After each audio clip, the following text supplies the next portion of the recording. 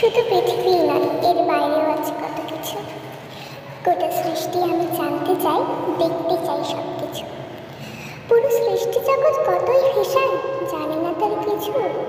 কৌতূহলী এই মন ছাড়ে না তার পিছু। মহাবিশ্ব হলো জ্ঞানের সাগর, জানার কত আছে। তাই তো মানুষ থেমে নেই আজ, ছুটছে তার কাছে। কখনো আকাশ, কখনো সাগর, কখনো পাতালে ছুটে যায়। বিশ্ব ছেড়ে মহাজগতে পৌঁছে গেছে তাই।